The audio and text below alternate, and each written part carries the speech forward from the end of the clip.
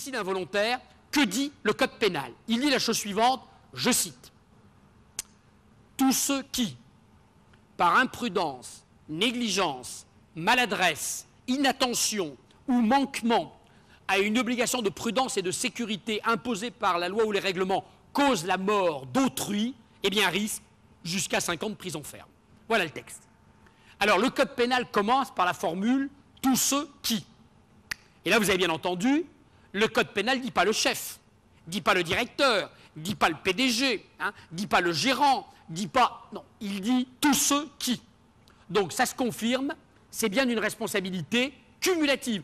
À la limite, j'exagère, la salle entière là pourrait être mise en examen pour un accident. Je continue. Tous ceux qui, par imprudence, négligence, maladresse, inattention. Alors, 2 remarques. Première remarque, même si on risque jusqu'à 5 ans de prison ferme, le code pénal ne dit pas tous ceux qui font exprès. Non, attendez, si vous faites exprès, c'est la cour d'assises. On ne parle pas de ça. On est en train de parler de ce qu'on appelle, chez les juristes, un délit involontaire. Et vous savez ce que c'est qu'un délit involontaire? C'est un délit dans lequel l'auteur de l'infraction ne veut pas le résultat. Il ne veut pas tuer, il ne veut pas blesser, mais il ne respecte pas une règle. Code de la route, code du travail, ou une règle élémentaire de prudence, et sans qu'il l'ait voulu au départ, le non-respect de la règle va provoquer un accident. Vous voyez, prenons un exemple, tiens, vous, le matin, vous ne vous dites pas, tiens, ce matin, je vais me faire une vieille dame. Vous partez de chez vous, vous êtes plus ou moins réveillé, vous partez avec votre voiture, bon, vous avez roulé un peu vite, bon, vous êtes à la limite de tout, et puis boum, elle va surgir, vous allez la renverser. Enfin, vous n'avez pas décidé de vous la faire dès le matin. Même si on risque toujours 5 ans de prison ferme, le code pénal ne dit pas pour autant tous ceux qui font d'énormes erreurs, de grosses bêtises. Non, non, imprudence, négligence, maladresse, inattention, je continue en général, je m'en foutisme, inertie, somnolence, tous ceux qui ronronnent, tous ceux qui n'arrêtent pas de répéter si on respectait toutes les règles de sécurité, le boulot n'avancerait pas, ceux qui lisent l'équipe les pieds dans le bureau pendant que les gens font les cons dans les chantiers, dans les ateliers, tous ceux qui transigent, tous ceux qui acceptent différents chantages. On le sait, mais ça fait 15 ans que ça dure, il n'y a pas de raison que ça change, il n'y a jamais eu d'accident, donc on continue, mon père faisait déjà comme ça. Attendez, je suis en train de parler de nous, là, en ce moment, quelque part. Donc, deuxième attente fondamentale aujourd'hui, la formation des gens.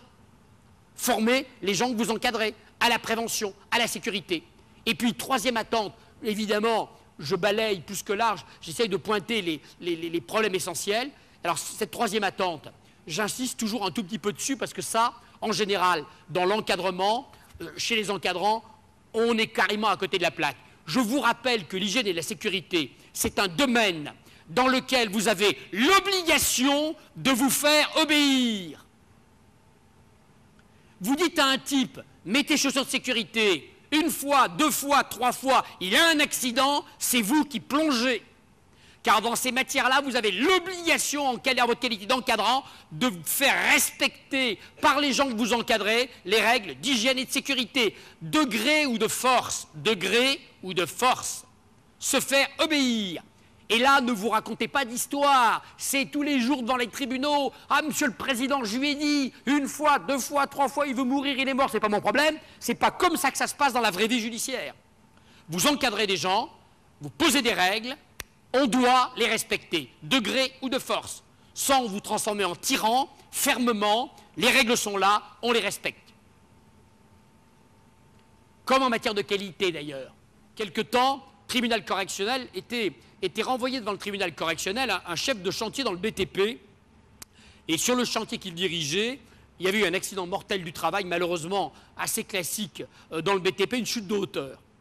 La victime était à plus de 3 mètres de hauteur, il est tombé, il s'est tué, il n'y avait pas de harnais, il n'y avait pas de filet, il n'y avait rien, bref.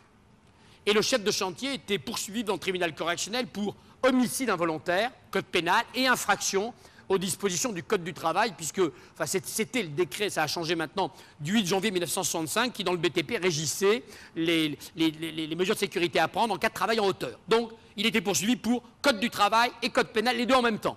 Et puis dans le BTP, les gens n'ont pas la langue dans leur poche et ils se défendaient, mon chef de chantier. Il disait au président, attendez, monsieur le président, moi tous les matins, je suis sur les chantiers, moi. À 7h, à 8h, j'y suis, qu'il pleuve, qu'il neige, qu'il vente. Et moi, monsieur le président, la sécurité, c'est mon dada, c'est mon truc. Hein. Et moi, monsieur le président, quand je suis là, eh ben, ils mettent le casque, je rigole pas avec ça, ils accrochent le harnais, je ne rigole jamais avec ça, seulement, monsieur le président, moi, à 8h15, je tourne les talons. Parce que moi, c'est pas comme vous, moi, les clients, il faut aller les chercher.